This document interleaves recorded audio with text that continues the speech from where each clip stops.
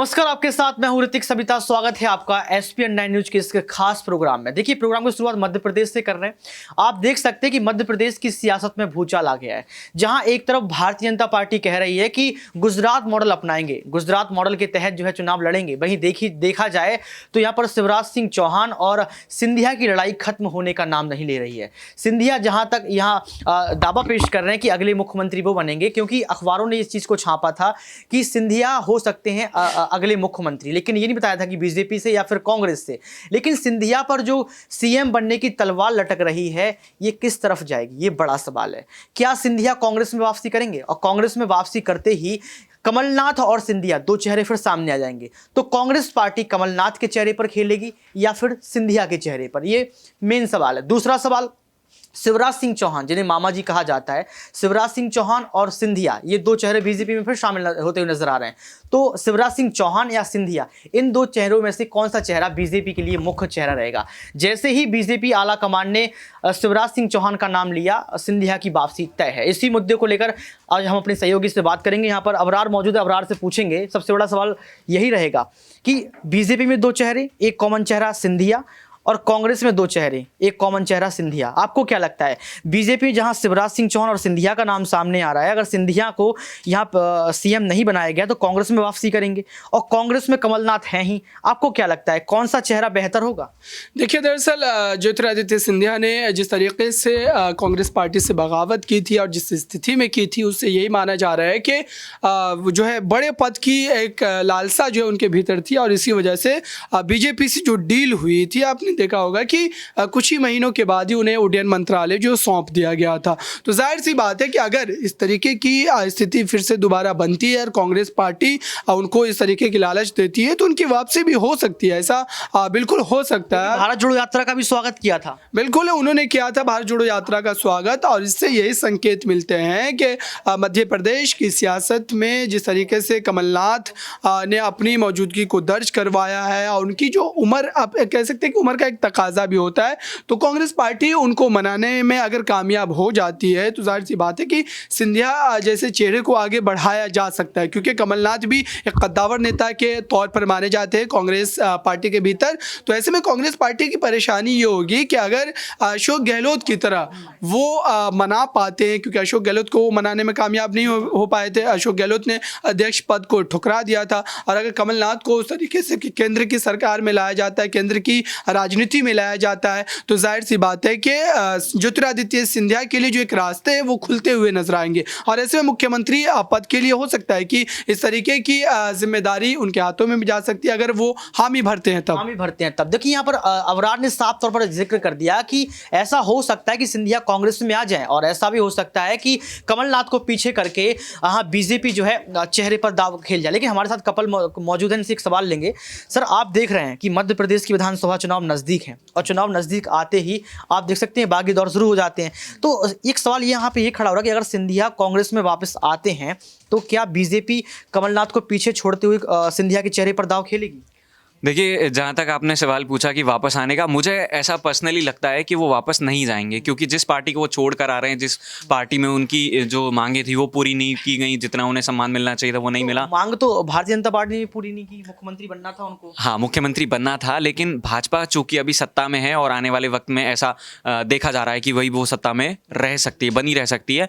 तो शिवराज सिंह चौहान के होते हुए भी मुझे नहीं लगता कि वो भाजपा को छोड़ेंगे और वापस कांग्रेस में वहाँ जाएंगे, जहाँ ऑलरेडी कमलनाथ भी हैं, और मतलब बड़े बड़े दो चेहरे हैं जिनको कांग्रेस दरकिनार नहीं कर सकती है। अगर वो उनको दरकिनार करती है तो कहीं ना कहीं उनके लिए भी मुश्किलें खड़ी हो सकती है। तो मेरा ऐसा मानना है कि आने वाले वक्त में सिंधिया जो है वो भाजपा में ही रहने वाले हैं। देखिए, सिंधिया जो है भाजपा में ही रहने वाले, लेकिन सिंधिया मध्य प्रदेश की कमान को संभालते हैं, सिंधिया मध्य प्रदेश की राजनीति को समझते हैं, और सिंधिया का सिर्फ एक ही मकसद रहा है कि मुख्यमंत्री की कुर्सी कब मिले। तभी तो अपने विधायक को लेकर भारतीय जनता पार्टी में शामिल हुए थे, और बीजेपी में शामिल होने के बाद उड्डयन परिवहन मंत्री का पद दे दिया गया और उसके बाद आपको पता है कि कुछ नहीं मिला इतना खास तौर पर।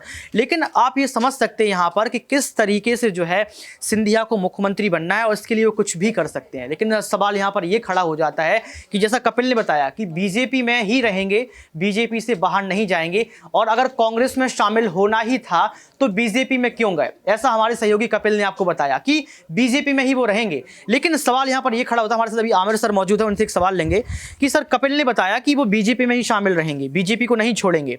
एक तो कपिल का ये ओपिनियन हो गया। तो दूसरा सवाल ये खड़ा होता है कि लगातार अखबारों ने एक बात कही थी कि बीजेपी आने वाले समय में जो है सिंधिया को मुख्यमंत्री बनाएगी, लेकिन नहीं बनाया। चुनाव नजदीक आ चुके हैं। क्या लगता है आपको कि कपिल जो बात कह रहा है वो सही है, या फिर सिंधिया वापसी करेंगे और कांग्रेस सरकार जो है वो सिंधिया के चेहरे पर मध्य प्रदेश का चुनाव फिर से लड़ेगी? देखिए, जैसा कपिल जी ने बताया कि उनका एक अलग ओपिनियन है। हर पब्लिक और जो लोग होते हैं उनका अपना अपना एक अलग ओपिनियन होता है, अपना विचार होता है। तो मुझे लगता है कि शायद कैपेबल है, सिंधिया एक कैपेबल कैंडिडेट है। उनको शायद वो खुद भी अंदर से सेटिस्फाइड नहीं है, जो उन्हें उड़न मंत्रालय दिया गया है वो खुद ही सेटिस्फाइड नहीं है। तो शायद हो सकता हो कि शिवराज सिंह चौहान को हटाकर उन्हें बनाया जाए, शायद। लेकिन इस शायद में भी बहुत सारे प्रक्रिया है, क्योंकि बीजेपी हर एक पार्टी के नेता और हर एक कैंडिडेट को एक अलग रोल देती है और उनको कब कहाँ पे इस्तेमाल करना है वो अच्छे से जानते हैं। और मुझे लगता है कि शायद चाणक्य नीति, हाँ, उनके पास एक चाणक्य नीति है और उन्हें रूठों को मनाना भी अच्छे से आता है। उनके पार्टी में अभी तक आपने देखा होगा 8 साल 9 साल हो गए, लेकिन फूट का आपने कहीं पे वो नहीं देखा होगा। नाराज है, नाराजगी चलती रहती है कि वो नाराज है, लेकिन फूट अभी तक उनके पार्टी में नहीं है। जैसे कांग्रेस में फूट हो जाती है कि वो विधायक 10 विधायक छोड़ के शामिल हो गए, 20 विधायक छोड़ के उनके में शामिल हो गए। तो मुझे लगता है कि शायद जो भी बीजेपी की स्ट्रैटेजी होगी, लेकिन मेरा अपना एक अलग ओपिनियन ये है कि सिंधिया को शायद वो देना चाहिए। कांग्रेस को भी ज़रूरत है, लेकिन कांग्रेस, मुझे नहीं लगता कि सिंधिया वो कांग्रेस में आएंगे, क्योंकि बात सिर्फ एक स्टेट की नहीं है, बात है कि सेंट्रल में भी आप देखिए गवर्नमेंट किसकी है। तो जब तक वो पावर में है तो हम या आप या कोई भी एक राज्य में बैठ के आप सरकार वैसे चला के आप पावर लेके आप करेंगे भी क्या? तो वैसी पावर की उन्हें ज़रूरत भी नहीं है। तो मुझे लगता है कि शायद सिंधिया ने अपना माइंड बना के रखा होगा कि अगर जब भी मुझे सीएम का जो सीट है वो बनूंगा तो बीजेपी के ही उससे बनूंगा। वो मुझे नहीं लगता है कि शायद वो कांग्रेस में आएंगे। आना होता तो वो काफ़ी पहले आ चुके हैं। ये बड़ा सवाल खड़ा कर दिया है। देखिए, उनके पास पद है, सत्ता में है, लेकिन सवाल ये खड़ा हो जाता है कि वापसी कब करेंगे। अगर वापसी नहीं कर रहे हैं तो क्या बीजेपी उनको मुख्यमंत्री बनाएगी? क्योंकि शिवराज सिंह चौहान कभी नहीं चाहते कि वो अपनी मुख्यमंत्री की पद की कुर्सी छोड़ें। देखिए, यहाँ पर कपिल ने और आमिर सर ने 2 सवाल खड़े कर दिए। उन्होंने कहा कि वापसी नहीं करेंगे, और ये भी सवाल खड़ा कर दिया है कि बीजेपी मनाना जानती है और वापसी करेंगे तो दोबारा ले आएंगे। तो आपको क्या लगता है कि क्या सिंधिया वापसी करेंगे? और अगर वापसी करते हैं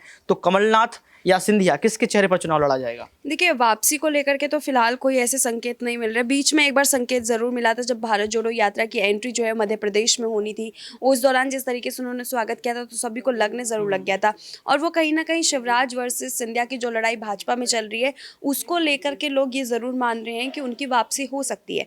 लेकिन देखिए, यहाँ पर कांग्रेस में आना भी उनके लिए इतना आसान नहीं होगा, क्योंकि कांग्रेस के पास अपने खुद के बड़े चेहरे रहते हैं और उसके बीच में हमेशा फंसती है कि चेहरा किसी और का बनाते मुख्यमंत्री का, और फिर बाद में सच में ताज जो है वो किसी और के सर पर बैठाते थे।